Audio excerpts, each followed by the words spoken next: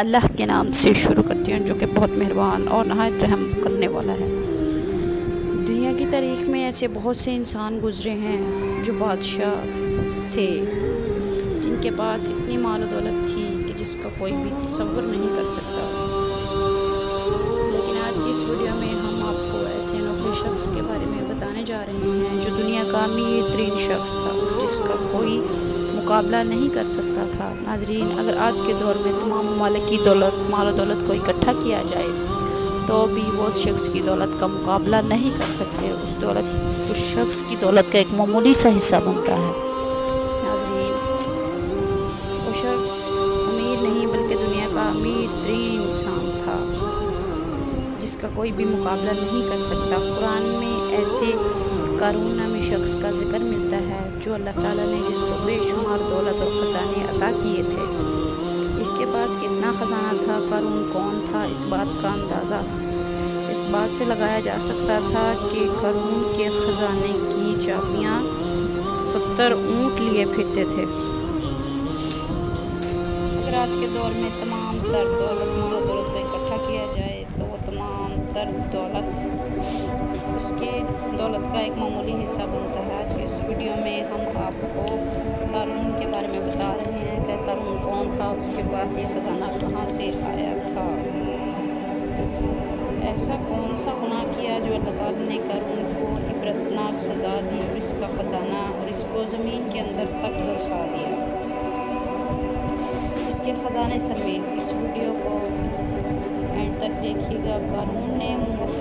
قارون حضرت موسیٰ علیہ السلام کا چچا زاد بھائی تھا اور حسن و جمال میں بھی بے مثال تھا۔ اسے اللہ تعالیٰ نے بہت ہی حسن و جمال عطا کیا تھا، اور دوسری بات یہ حضرت موسیٰ علیہ السلام کی صحبت میں بیٹھا کرتا تھا، جس کی وجہ سے یہ تورات کا بہت بڑا عالم بن گیا۔ اور کہا جاتا ہے کہ سیرت و اخلاق میں بھی یہ بہت اچھا انسان تھا۔ مگر ناظرین، کہا جاتا ہے کہ جب انسان کے پاس مال اور دولت آتے ہیں تو وہ رنگ بدل جاتا ہے۔ ایسے ہی قارون کا بھی انجام ہوا۔ جیسے ہی اس کے پاس مال و دولت آیا، اس کا بھی رنگ بدل گیا۔ ناظرین، وہ پھر حضرت موسیٰ علیہ السلام کا بہت بڑا دشمن بن گیا، ان کے خلاف بغاوت کرنے لگا۔ اس کے پاس اتنا خزانہ تھا کہ اس کو کہا جاتا ہے کہ جب وہ حضرت موسیٰ علیہ السلام کی صحبت میں بیٹھا تو اس نے علم کیمیائی حاصل کر لیا، اور اسی علم کو حاصل کرنے کے بابت اس نے ناظرین، کہا جاتا ہے کہ اس کے خزانے کی چابیاں 70 اونٹ لیے پھرتے تھے۔ جس شخص کے خزانے کی چابیاں 70 اونٹ لیے پھرتے ہوں، اس شخص کا آپ اندازہ کریں کہ اس کے پاس کتنا مال و دولت اور کتنا خزانہ ہوگا۔ ناظرین، اس قارون کے پاس علم کیمیا تھا۔ اس نے اپنے سلم کی بدولت مٹی اور لوہے کو ملا کر سونا بنانے لگا۔ جب اس کا یہ عمل کامیاب ہو گیا تو وہ سونے کے خزانے بناتا چلا گیا اور امیر سے امیر ترین شخص بنتا چلا گیا۔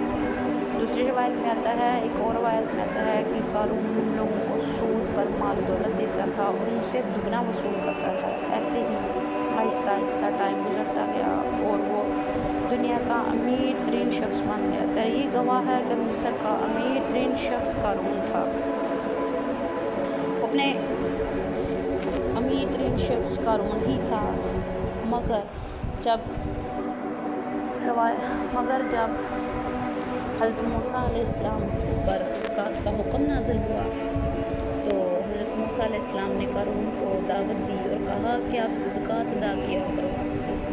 پہلے تو قارون نے وعدہ کیا کہ وہ اپنے مال میں سے 1000واں حصہ زکوٰۃ کا دے گا، مگر جب اس نے حساب لگایا تو مال و دولت اور کنجوسی اس پر غالب آ گئی۔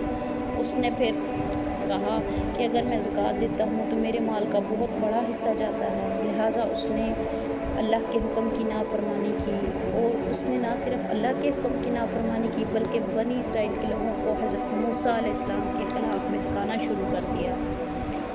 اس نے کہا کہ موسیٰ علیہ السلام نے مال ہڑپنے کے لیے زکوٰۃ کے نام پر ایک نیا ڈھونگ رچایا ہے۔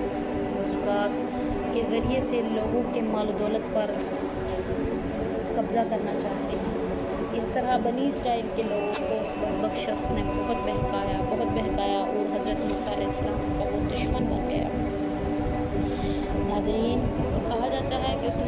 بہکایا بلکہ ایک اور نئی چال چلی۔ وہ چال یہ چلی کہ اس نے ایک عورت کو بہت سا مال و زر دیا اور اس سے کہا کہ موسیٰ علیہ السلام پر بدکاری کا الزام لگائے۔ تو اس نے ایک دن معاذ اللہ وہ حضرت موسیٰ علیہ السلام پر بدکاری کا الزام لگائے۔ معاذ اللہ لوگ موسیٰ علیہ السلام سے نفرت کرنے لگے۔ چنانچہ ایک روز حضرت موسیٰ علیہ السلام کسی ایک جگہ پر خطبہ فرما رہے تھے تو قارون نے ان کو دیکھا اور کہا کہ یہ بدکار شخص ہے، ان پر الزام لگایا۔ تو حضرت موسیٰ علیہ السلام نے کہا کہ اگر تمہارے پاس کوئی ثبوت ہے تو تم اس عورت کو پیش کرو۔ جب وہ عورت پیش ہوئی تو حضرت موسیٰ علیہ السلام نے فرمایا کہ اے عورت، اس پاک ذات کی قسم ہے جس کے قبضہ قدرت میں تمہاری جان اور میری جان ہے، اللہ تعالیٰ نے بنی اسرائیل کو فرعون سے نجات دی ہے، نجات عطا فرمائی ہے، اور فرعون سے نہ صرف نجات دلائی ہے بلکہ سمندر میں تمہارے لیے 2 راستے بھی نکالے ہیں، اور بنی اسرائیل کو فرعون کے ظلم و ستم سے بچایا ہے۔ سچ بتاؤ کیا ماجرا ہے؟ جب اس عورت نے حضرت موسیٰ علیہ السلام کا جلال اور ان کی باتیں سنی تو وہ عورت کانپنے لگی۔ جب وہ عورت کانپنے لگی تو اس نے سارا ماجرا سچ بتا دیا کہ مجھے قارون نے مال و دولت کے ذریعے خریدا تھا، اور اس قارون نے کہا تھا کہ میں آپ پر بدکاری کا الزام لگاؤں۔ ناظرین، اس طرح سے اس کے بعد چنانچہ حضرت موسیٰ علیہ السلام نے پھر اعلان کیا کہ جو کوئی قارون کا ساتھ دینا چاہے وہ قارون کا ساتھی بن جائے، اور جو میرے ساتھ آنا چاہتا ہے وہ میرے ساتھ آ جائے۔ 2 شخص کے علاوہ 2 شخص تھے جو قارون کے ساتھ تھے، باقی حضرت موسیٰ علیہ السلام کے ساتھ تھے۔ ناظرین، حضرت موسیٰ علیہ السلام نے اللہ تعالیٰ سے پھر دعا کی کہ اللہ اس قارون کو زمین کے اندر دھنسا دے۔ تو اللہ تعالیٰ نے حضرت موسیٰ کی یہ دعا قبول فرمائی اور قارون کو زمین کے اندر دھنسا دیا گردن تک۔ پھر موسیٰ علیہ السلام نے کہا، پھر قارون نے کہا کہ یہ بھی موسیٰ علیہ السلام کی چال ہے اللہ تعالیٰ سے۔ پھر موسیٰ علیہ السلام نے دعا فرمائی، اللہ تعالیٰ نے اس کو پھر دوبارہ زمین میں دھنسا دیا۔